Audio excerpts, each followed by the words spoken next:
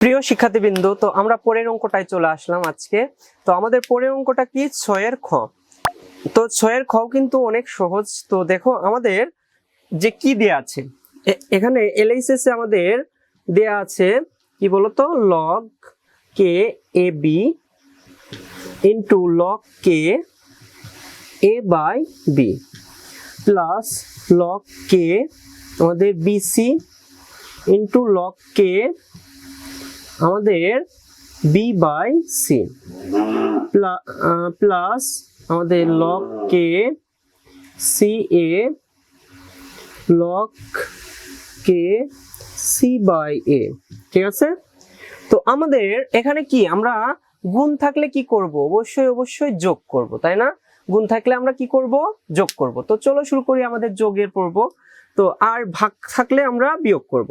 তো আমরা একটু ব্র্যাকেট দিয়ে নেই, log k a, আমাদের এখানে গুণ আছে এই কারণে প্লাস, আমরা কি লিখবো, log k b।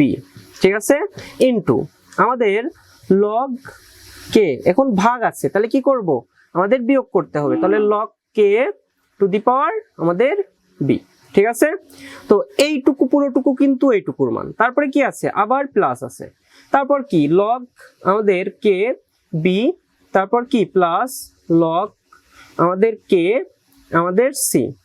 ঠিক আছে, ইনটু আমাদের log k, এখানে k দিতে ভুলে গেছিলাম, log k b, আমাদের ভাগ আছে এই কারণে বিয়োগ, log k two the power c।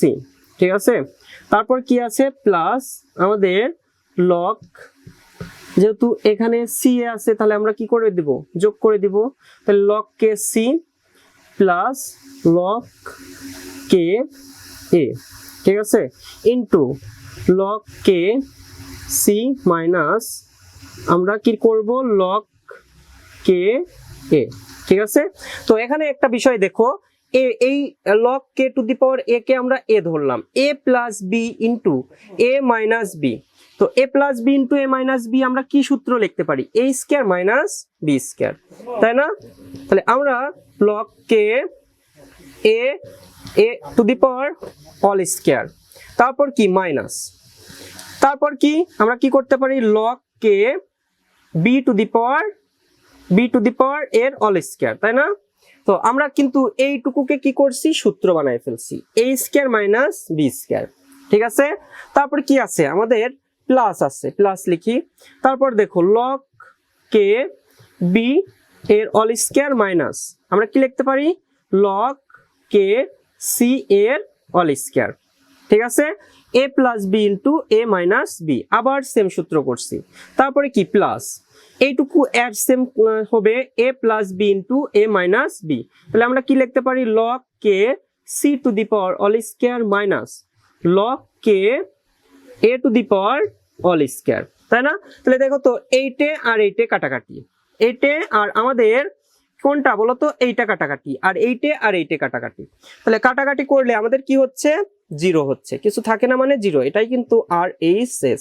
অঙ্কটা একটু মনে হচ্ছে একটু বড়, বাট করতে গিয়ে কিন্তু অনেক সহজ হয়ে গেল, তাই না?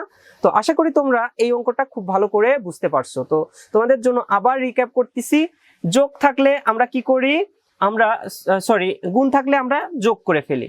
তো এইটুকু যোগ করছি, এইটুকুর পরিবর্তে আমরা এইটুকু লিখছিলাম, ঠিক আছে, আর এইটুকুর পরিবর্তে আমরা এইটুকু লিখছি, আবার এইটুকুর পরিবর্তে আমরা এইটুকু লিখছি, আবার এইটুকুর পরিবর্তে আমরা এইটুকু লিখছি, এইটুকুর পরিবর্তে আমরা এইটুকু লিখছিলাম, ঠিক আছে, এইটুকু লিখছিলাম, আবার এইটুকুর পরিবর্তে এইটুকু লিখছিলাম। তো দেখতে পাচ্ছি যে আমাদের a plus B into a minus B, সূত্র কি হচ্ছে, a plus B into a minus B, a plus B into a minus B সমান আমরা কি লিখতে পারি, a square minus B square. ঠিক আছে, a square minus B square, তো সেটাই করছি, a square minus B square. আবার আমাদের যোগ ছিল যোগ, আবার এইটুকু সূত্র পড়ে যাচ্ছে, a plus B into a minus B, তাহলে a square minus B square, তারপরে কি প্লাস, এই যে প্লাস, তারপরে কি এইটুকু আবার সূত্র a plus B into a minus B, তাহলে a square minus B square. তো সবগুলো কাটাকাটি হওয়ার পর আমাদের মান কিন্তু জিরো চলে আসতেছে। তো এই ছিল আমাদের ছয়ের খ নম্বর অঙ্কটা। তো আশা করি তোমরা ছয়ের খ নম্বর অঙ্কটা খুব ভালো করে বুঝতে পারছো। যদি ভালো করে বুঝে থাকো অবশ্যই চ্যানেলটাকে সাবস্ক্রাইব করে দাও এবং তোমার বন্ধুদের সাথে শেয়ার করে দাও।